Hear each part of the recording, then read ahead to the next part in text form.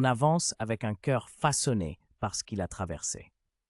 Et Dieu, lui, voit la beauté dans ce cœur façonné. Il voit la force derrière la fragilité. Il voit la lumière derrière ce que toi, tu croyais être une ombre permanente.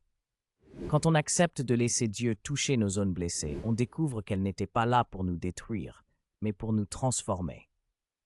Peut-être que tu portes des cicatrices anciennes, des cicatrices que tu n'as jamais montrées à personne. Peut-être que tu as appris à recouvrir tes douleurs d'un silence épais ou d'un sourire automatique.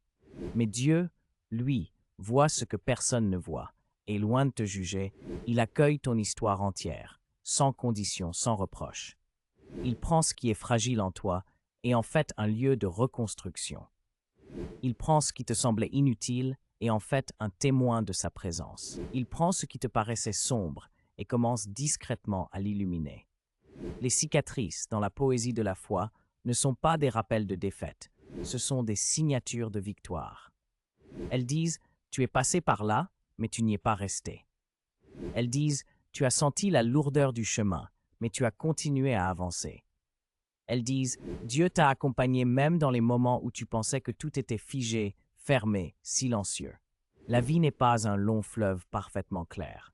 Elle est un paysage fait de montagnes, de vallées, de pluies soudaines, de soleils éclatants. Et c'est dans ce mélange de contrastes que Dieu écrit tes plus belles transformations. Il ne t'offre pas toujours une guérison rapide,